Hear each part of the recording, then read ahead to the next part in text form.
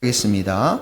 그러므로 우리가 흔들리지 않는 나라를 받았은즉 은혜를 받자. 이로 말미암아 경건한 두려움으로 하나님을 기쁘시게 섬길지니. 다시 한번 읽겠습니다. 그러므로 우리가 흔들리지 않는 나라를 받았은즉 은혜를 받자. 이로 말미암아 경건함과 두려움으로 하나님을 기쁘시게 섬길지니. 네, 신약에서의 우리 성도들의 삶의 특징은 성령님과 동행하는 삶인 것을 우리가 계속 배우고 있습니다. 그래서 매일의 삶 가운데 성령님께 묻고 또 묻고 성령의 인도하심을 따라 살아가는 것. 다시 말하면 주님과 친밀히 교제하는 것이 신약 성도들의 특징인 것입니다. 제가 여러분들께 묻겠습니다. 한 주간 동안 여러분 주님과 친밀하게 교제하고 오셨습니까? 네.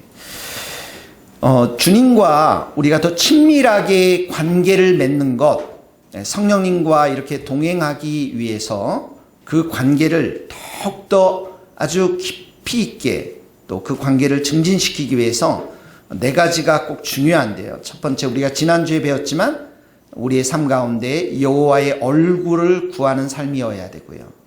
얼굴을 구하는 삶. 두 번째는 말씀, 기도, 예배가 중요합니다.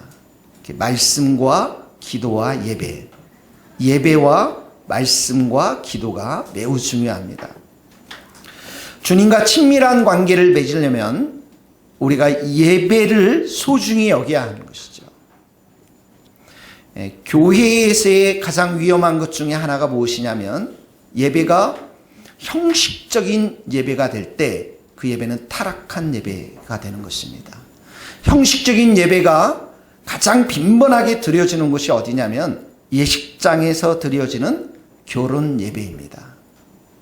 결혼식 때 그 예배 때를 보면 하나님을 찾고 하나님께 영광을 돌리기보다는 아는 사람들하고 인사하기가 바쁘고요. 축의금 내야 되고요. 그리고 뷔페 식당에 가서 또 음식을 먹어야 되고요. 그리고 결혼 축가가 울려 퍼지고, 그러니까 많은 것들이 하나님보다는 사람에게 초점이 맞추어진 예배인 것이죠. 껍데기와 형식만 있다고 해서 예배가 진정한 예배는 아닙니다. 하나님의 중심의 예배가 아니면 진정한 예배가 될 수가 없는 거예요. 또 하나는 성도들에게 굉장히 위험한 예배 중에 하나가 뭐냐면 습관적으로 드리는 예배입니다. 여러분들이 우리가 전체적으로 오늘 함께 예배를 식사기도를 했다고 생각해 보시죠. 식사기도를 했는데 또 가서 음식을 타서 또 기도하시는 분들이 또 있어요. 그게 무슨 말입니까? 습관적인 식사기도가 습관화되었다라는 거예요. 예배도 마찬가지입니다. 우리는 이 예배를 드릴 때 늘 기대감이 있어야 합니다. 왜 그렇습니까? 하나님이 이곳에 계시기 때문에 그렇습니다. 예배는 하나님께 초점을 맞추는 거예요. 사람이 주인공이 아닙니다. 오직 하나님이십니다. 하나님의 얼굴을 구하면서 사람을 기쁘게 하는 예배가 아니라 하나님을 기쁘시게 하는 예배. 이것이 바로 예배의 핵심 중에 핵심입니다. 그래서 우리는 이 예배를 통해서 가장 먼저 우리의 마음에, 우리의 영혼에 하나님을 갈망해야 됩니다. 하나님을 목마르게 찾아야 되는 것이죠. 주님 하고 나면 벌써 여기에 눈물이 싹 흘러야 돼요. 한번 좀 눈물샘을 좀 자극해 보세요, 여러분. 그러니까 오직 심령이 가난한 사람들은 주여 하면 그냥 눈물이 흐르는 거예요. 이곳에 찬양만 불러도 눈물이 흐르는 것입니다. 거기 한번 우리 주보에 나와 있는 말씀 읽겠습니다. 시편 42편 고라 자손의 마스길 인도자를 따라 부르는 노래, 이렇게 나와 있어요. 하나님이여, 같이 읽겠습니다. 시작. 하나님이여, 사슴이 시냇물을 찾기에 갈급함같이 내 영혼이 주를 찾기에 갈급하니이다. 내 영혼이 하나님 곧 살아계시는 하나님을 갈망하나니 내가 어느 때에 나아가서 하나님의 얼굴을 배울까. 고라 자손들은 성전에서 하나님을 예배하는 자들이었습니다. 근데 이들이 예배를 드릴 때 본문에 보니까 형식과 습관을 쫓는 예배가 아니라 하나님을 향한 갈망, 여기 갈급함이 나오죠. 갈급함, 갈망 이런 단어들이 나옵니다. 광야에서 사슴들은 떼약볕 아래서, 뜨거운 햇살 아래서 그들이 물을 찾기 위해서 헤매이는 그 사슴의 모습을 보면서 그 사슴들이 물이 없어서 헐떡거릴 때, 이 헐떡거린다라는 단어가 여기 갈급함, 갈망이라는 단어인 것입니다. 그러니까 타들어가는 목에 지쳐 쓰러져가는 이 사슴이 가장 원하는 것, 가장 갈급한 게 무엇이냐면 물입니다. 참된 예배자는 바로 이렇게 갈급함으로 하나님을 의식하고 하나님을 갈망하는 자들이 참된 예배자의 태도인 것입니다. 하나님이 참으로 기뻐하시는 예배는 여러분의 심령이, 마음이 하나님을 경외하는 마음으로, 기쁨으로, 감사함으로 드리는 예배인 것입니다.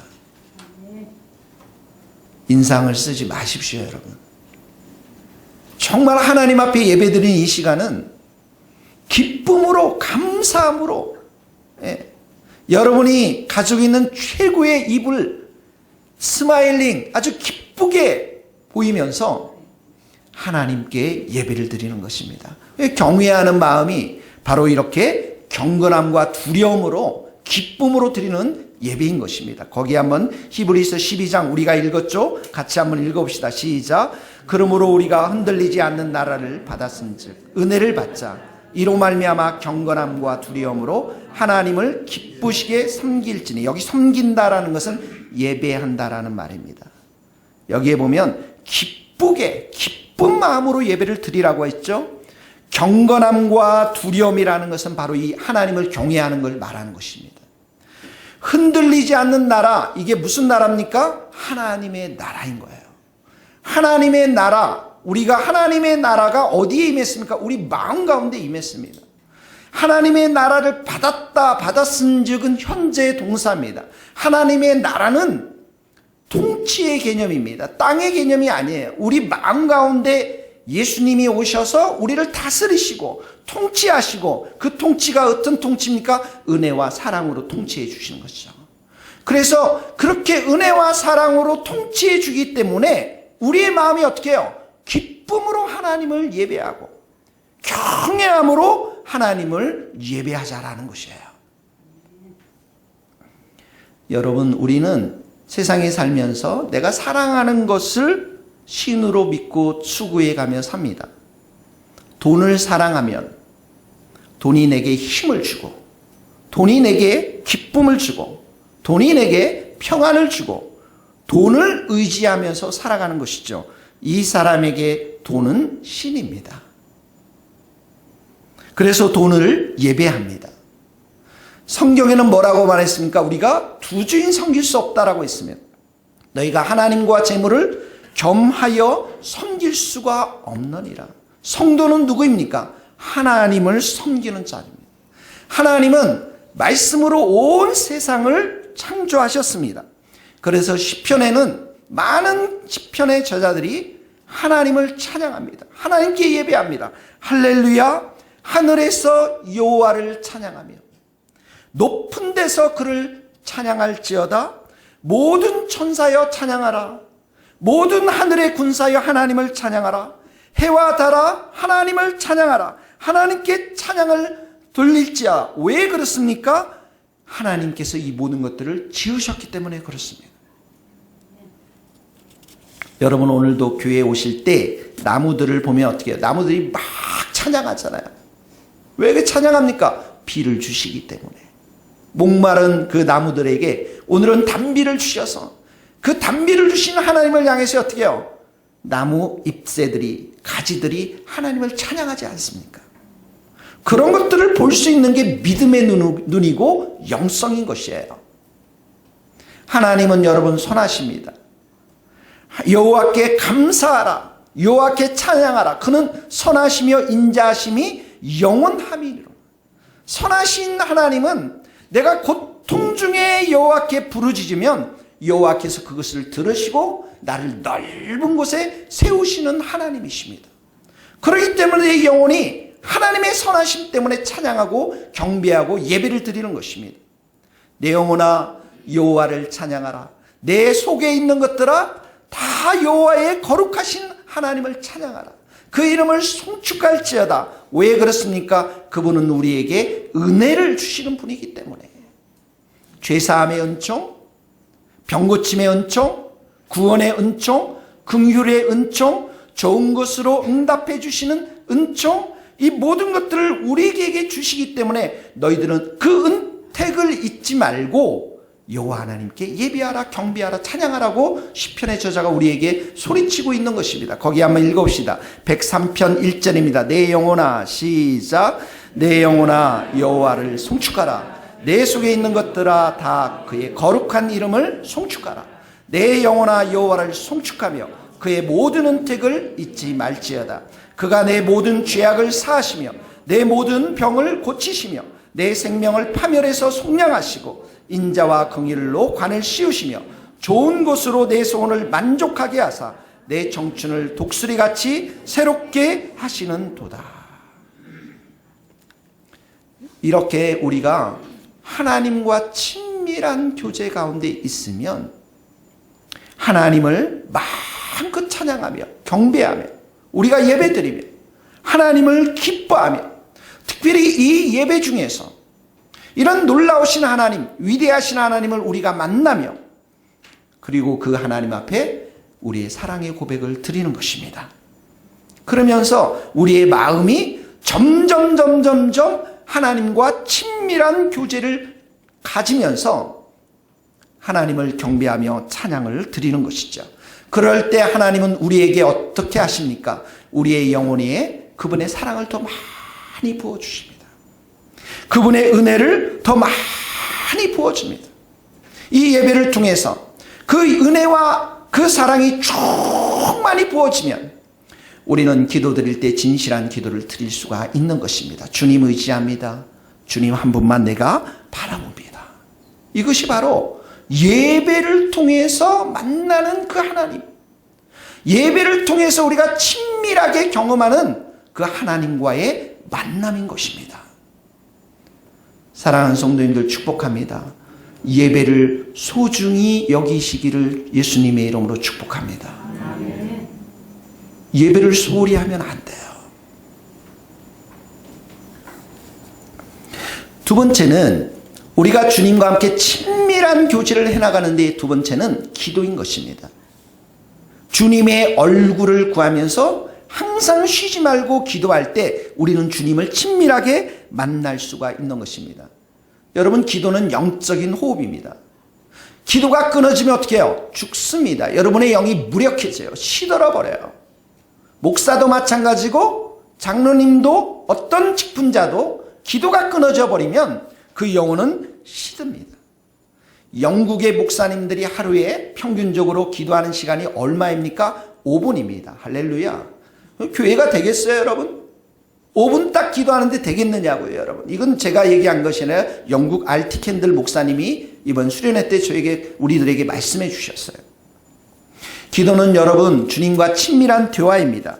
우리가 더 가까이 나아가서 인격적인 관계를 맺고 그분에게 우리가 호소하고 그분의 음성을 듣고 기도인 것입니다.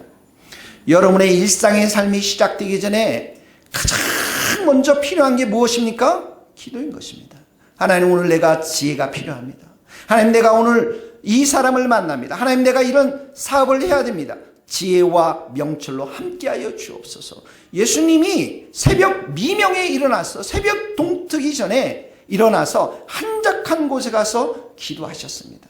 밤이 맞도록 12제자를 선택하기 전에 하나님 앞에 기도했습니다. 습관을 따라 감난산으로 올라갔습니다. 이 습관을 따라라는 표현은 정기적으로 하나님 앞에 기도했다라는 것입니다. 24시간 여러분들 앞에 주어졌는데 여러분의 시간에 가장 우선적인 시간, 그게 기도입니까? 내가 그런 시간들을 먼저 드리지 아니하면 하루의 삶은 너무나도 분주한 것들이 많기 때문에 기도할 수 없습니다, 여러분. 가장 우선적으로 하나님 앞에 내가 기도해 드리는 것, 이게 너무나도 중요하죠. 여러분들이 가장 유명한 사람, 가장 능력 있는 사람, 그런 사람들을 만나고자 할 때 어떻게 합니까? 며칠 전부터 설레이지 않습니까? 그분이 하나님이세요. 우리가 우선적으로 그분 앞에 시간을 드릴 뿐만 아니라 가장 중요한 것은 기도 시간을 충분히 갖는 것입니다. 충분히. 내 마음과 내 생각과 내 영혼이, 내 입술이 그분의 은혜로 충만히 잠기도록 충분한 시간을 기도해야 합니다.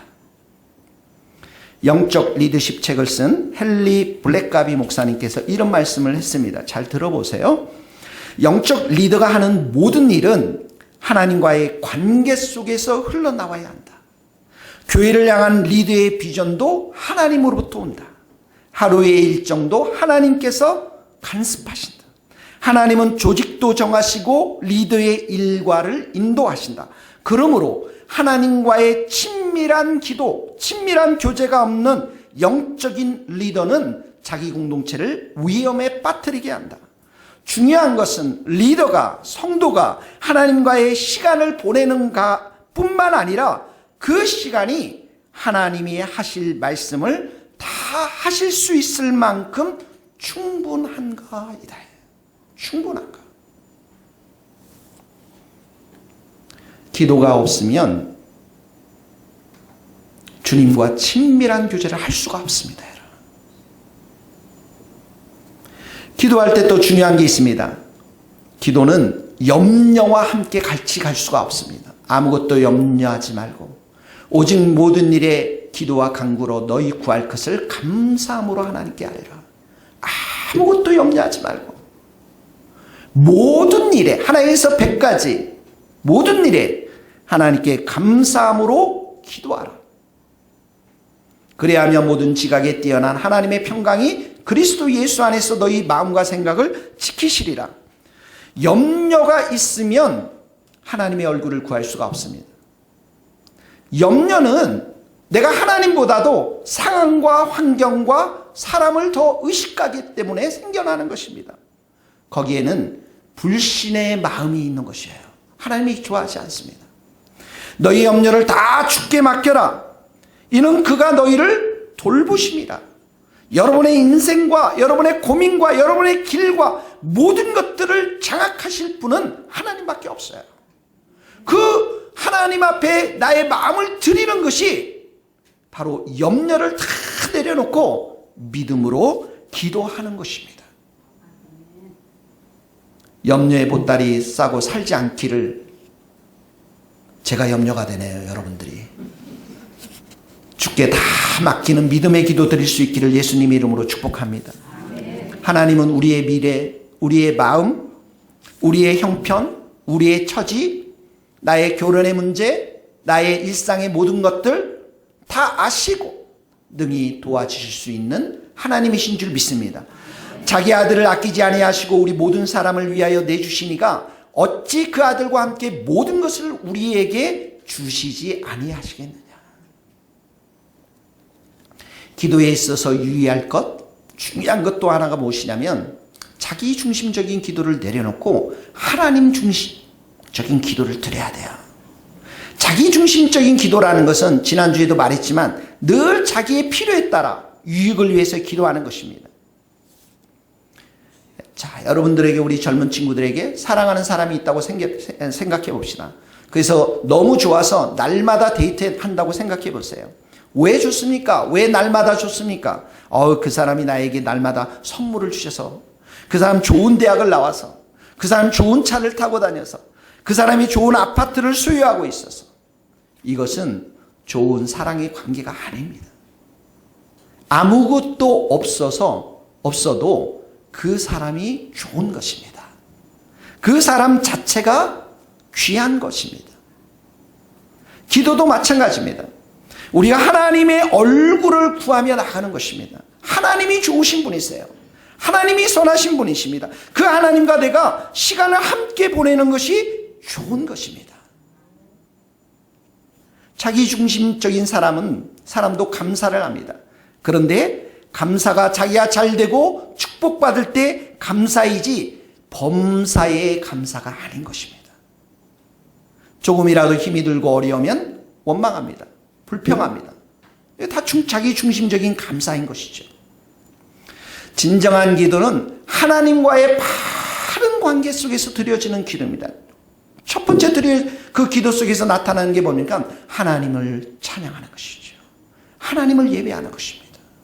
하나님의 위대하심을 경배하는 것입니다. 내 삶이 힘들고 어려워도 하나님은 위대하신 분이고 하나님은 선하신 분이시기 때문에 그 기도 가운데 하나님을 찬양드립니다. 그리고 하나님께 감사합니다. 하나님, 내 영혼을 구원시켜 주셔서 감사합니다. 과거의 나의 삶 가운데 수많은 은혜를 베풀어 주셔서 감사합니다. 오늘도 나에게 일용한 양식을 주셔서 감사합니다. 심지어 장미꽃에 있는 가시 주신 것도 감사합니다. 범사의 하나님 앞에 감사를 올려드립니다. 찬양과 예배를 드리고 감사드리고 그리고 회개합니다. 세리의 기도처럼 하나님, 내가 정말 하나님 나를 불쌍히 여겨 주옵소서. 내가 죄인입니다. 오늘도 죄를 범했습니다. 주님의 보혈로 나를 깨끗하게 씻어 주옵소서. 회개하는 것입니다. 이 찬양과 예배와 감사와 회개가 끝나면 정말 중요한 기도가 있습니다. 그게 뭐냐면 중보기도입니다. 중보기도라는 것은 하나님의 뜻이, 하나님의 나라가 임하도록 기도하는 것이 중보기도입니다. 여러분, 느헤미야가 보면, 느헤미야 1장에 보면 느헤미야의 그 친척 중에 형제 하나니가 예루살렘에 갑니다. 느헤미야가 이 바벨론 포로로 잡혀가지 않습니까? 근데 거기에 예루살렘 성을 방문하고 돌아왔는데 그 예루살렘이 어떠냐라고 이게 물어봅니다. 그랬더니 그 남아있는 이스라엘 백성들이 너무나도 고통도 많이 당하고 큰 환난을 당하고 성도 허물어지고 성물도 불탔다라는 것을 알려줍니다. 그게 현실이에요. 우리도 힘들고 어려운 현실들 있잖아요. 그게 현실이에요. 근데 그때 느헤미야가 어떻게 하냐? 중보기도로 나갑니다. 그 중보기도로 나가면 수일 동안 그가 금식하면서 하나님 앞에 기도하면서 조상들의 죄를 회개합니다. 마틴 로이드 존스 목사님이 우리에게 이렇게 말씀하고 계십니다. 우리 하나님께서 이 땅 가운데, 교회 가운데 부흥을 주실 때 가장 먼저 일어나는 일들이 뭐냐면 그 땅에 하나님을 반역하고 하나님을 거부하고 교회가 무력화된 이 상황들을 보면서 눈물을 흘리며 회개하는 기도로 시작되어진다는 거예요. 죄에 대한 회개. 얼마나 하나님으로부터 멀어져서 사람들이 살고 있는가? 얼마나 이 교회는 이 땅 가운데서 무력한 교회의 모습인가? 이런 것을 하나님의 마음으로, 하나님 나라의 관점으로 바라보면서 통곡하며 회개하는 그 기도로부터, 그 중보로부터 부흥이 시작된다라는 거예요. 이번 주에 신문을 보니까 세계에서 마약으로 가장 많이 이 땅 가운데 죽는 나라가 스코틀랜드입니다. 저도 깜짝 놀랐어요. 한 해 1000명 이상이 넘어요. 마약으로 죽는 사람. 청소년들이 마약을 많이 한다는 것들을 제가 스코틀랜드에 있을 때도 봤는데 우리 청소년들은 안 하죠. 마약. 세계에서 1위가 스코틀랜드입니다. 세계에서 1위가 영국이에요. 영국에 한 번은 스코틀랜드입니다. 알코올 중독으로 죽는 사람도 1000명이 넘습니다. 술로 죽는 사람들이. 비참한 상태예요. 교회가 비참하니까 95% 크리스찬들이 다 떠나버리고 교회가 이슬람으로 바뀌고 교회가 술집으로 바뀌니까 교회가 비참하니까 사회가 어떻게 해요? 비참할 수밖에 없어요. 황폐할 수밖에 없습니다. 이 어두운 상황을 놓고서 기도로 나가는 것, 중보기도로 나가는 것, 이것이 그 땅을 회복하고 그 땅을 치유하고 그 땅 가운데 부흥을 주시는 하나님의 방법이라는 것입니다.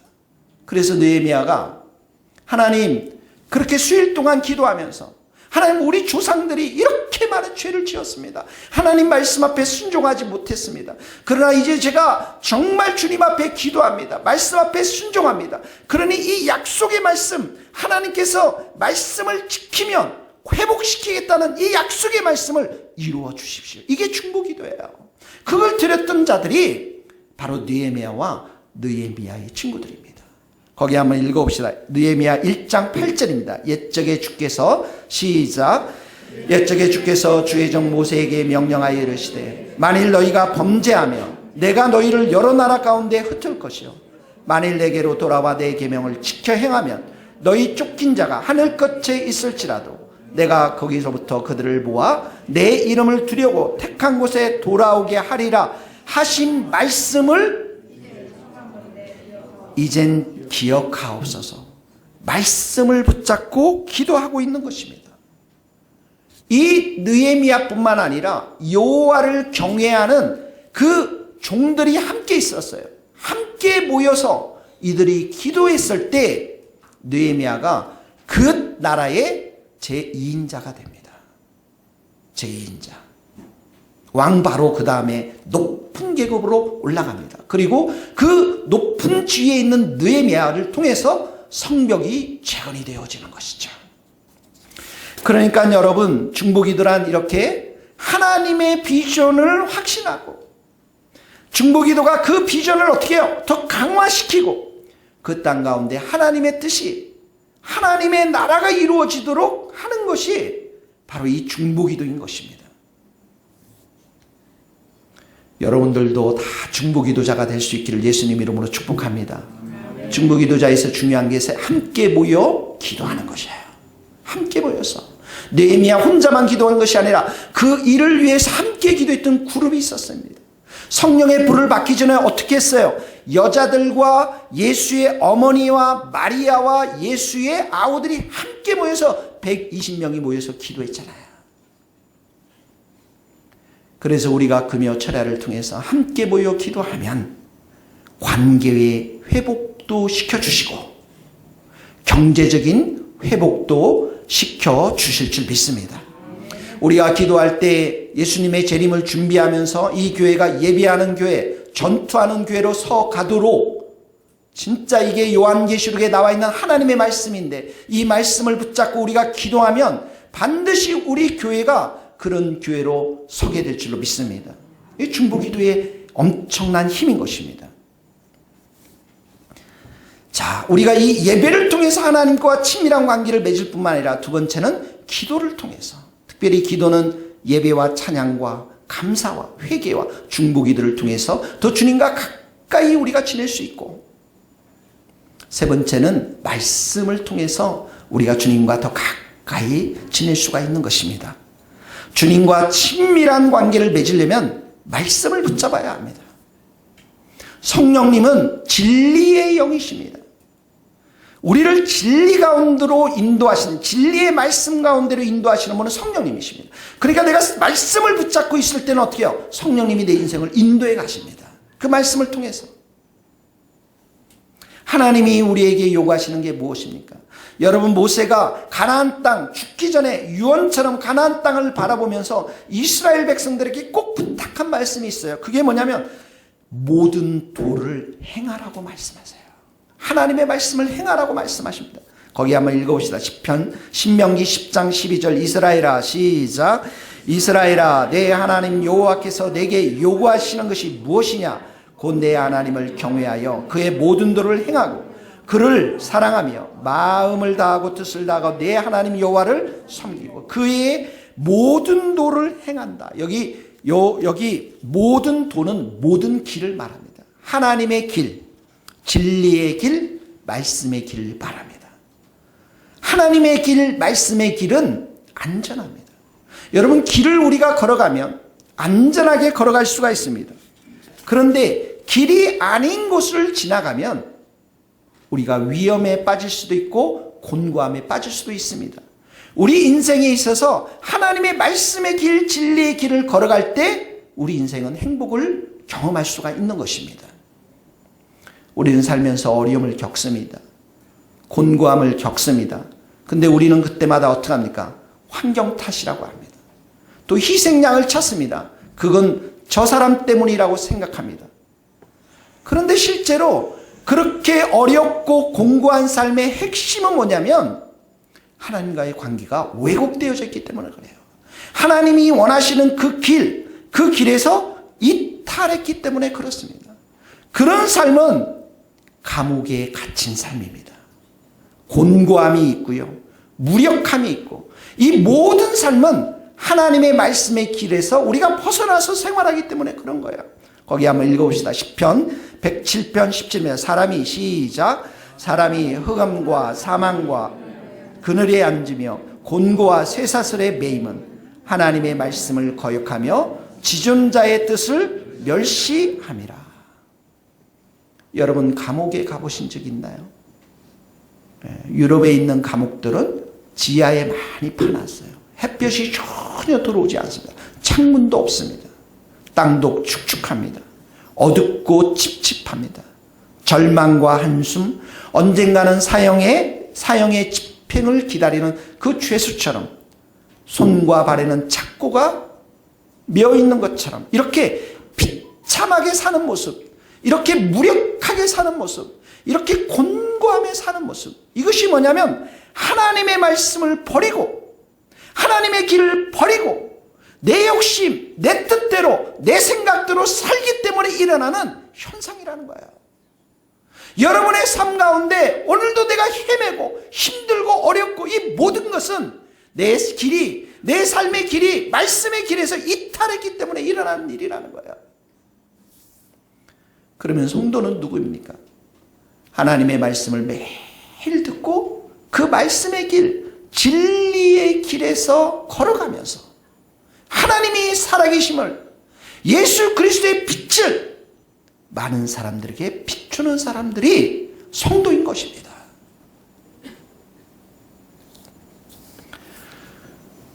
여러분 축복합니다. 진리의 길, 말씀의 길을 걸어갈 수 있기를 예수님의 이름으로 축복합니다. 우리들의 행복은 환경과 상황과 사람으로부터 오지 않습니다. 왜냐하면 그 모든 것은 변하기 때문에 그렇습니다. 좋은 시절이 있지만 나쁜 시절도 많습니다. 이런 현실적 상황은 우리를 행복하게 할 수 없습니다. 그래서 성도들의 삶의 목표는 행복이 아니에요. 우리는 하나님과의 관계 속에서 인생의 참된 의미를 깨닫고 찾는 것이 목표인 것입니다. 하나님이 우리 인생의 목표가 되는 것이에요. 예수님이 우리 인생의 목표가 되는 것입니다. 그 목표 되신 하나님과 예수님과의 관계 속에서만 우리는 참된 인생의 의미를 깨달을 수가 있는 것입니다. 그래서 영생을 받은 우리, 영원한 생명을 가진 우리, 하나님의 생명을 가진 사람들의 중요한 것은 뭐냐면 하나님을 알아가는 것, 예수님을 알아가는 것, 친밀한 관계를 맺는 것. 근데 이 모든 것이 무엇을 통해서 이루어집니까? 말씀을 통해서 이루어진다는 거예요. 말씀을 통해서. 거기 요한복음 17장 3절 영생은 시작. 영생은 곧 유일하신 참 하나님과 그가 보내신 자 예수 그리스도를 아는 것이라. 말씀이 얼마나 중요한지를 여러분, 이 말씀이 우리에게 가르쳐 주고 있습니다. 여러분, 특별히 말씀이 선포되어질 때, 말씀을 읽을 때 너무나도 중요한 것 중에 하나가 뭐냐면 말씀의 은혜를 구해야 한다는 거예요. 겉모양만 그리스도인이 아니라 한 발은 세상에 있고 한 발은 그냥 이렇게 예배당에 와서 온갖 딴 생각을 많이 하면서, 그런 것이 아니라 내 내면의 깊은 곳에서, 뼛속 깊은 곳에서 내 삶이 변화되고 내 삶이 새롭게 되는 것은 주님으로부터 오는 말씀의 은혜를 받을 때 일어나는 일이에요.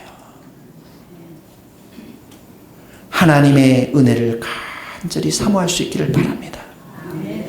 오직 하나님의 은혜의 말씀만이 여러분들을 변화시킬 수가 있는 것입니다. 우리가 얼마나 말씀의 집, 기도의 집, 찬양의 집을 얘기했습니까? 얼마나 예배가 중요한 것인가를 얘기하지 않았습니까? 이 부분이 내 삶 가운데 충만히 있을 때에만 우리는 주님과 친밀한 교제를 할 수 있고 성령님과 동행할 수가 있는 것입니다. 말씀을 결론 맺겠습니다. 성령님과 동행하면서 친밀히 생활하는 것이 우리 신약 성도의 모습입니다. 하나님의 얼굴을 구하고 예배와 기도와 말씀이 살아있어야 합니다. 함께 모여 예배드리는 것을 가장 소중히 여기고 모여서 기도를 드리고 모여서 예배드릴 때 모여서 말씀의 그 은혜를 받는 것, 이것이 너무나도 중요합니다. 여러분, 제가 여기서 이렇게 말씀을 전하지만 이곳에 와서 여러분 한 영혼들을 위해서 오늘 받을 은혜를 위해서 기도하지 아니하면 하나님의 은혜가 쏟아질 수가 없는 거예요. 적어도 우리 성도들은 예배 30분 전에는 와서 기도해야 해요. 은혜를 달라고. 주님, 내가 이 은혜의 말씀을 통해서 새롭게 변화되기를 원합니다. 핸드폰과 모든 것들 다 내려놓고 토요일 저녁부터 예배인 것이에요. 여러분이 일찍 주무시고 몸을 최상의 컨디션으로 만드셔서 30분 전, 1시간 전에 이곳에 와서 주님, 내게 오늘도 은혜를 주십시오. 내가 주님을 만나야 되겠습니다. 이런 자들에게 하나님은 만나주시고 풍성한 은혜를 부어주시고 사랑을 부어주셔서 이 세상을 승리하는 삶으로 인도해 줄 줄 믿습니다. 기도하시겠습니다.